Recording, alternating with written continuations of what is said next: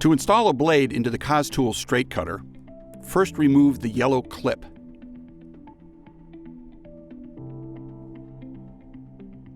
Place one blade sharp side down onto the posts and replace the yellow clip. A blade can be installed on either side. Find extra blade storage on the rear of the tool.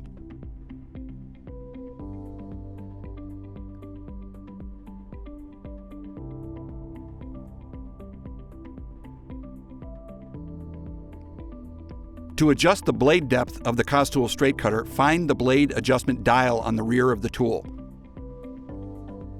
Find the reference scale on the underside to set the proper depth. The scale is in millimeter and inch. The Cos-Tools Straight Cutter must be used with the Cos-Tools Channel Rail for best results. Always use foam board underlayment.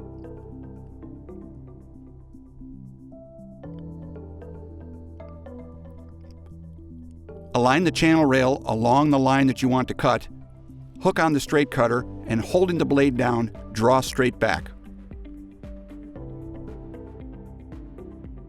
Visit our website to see the entire Cos-Tools family.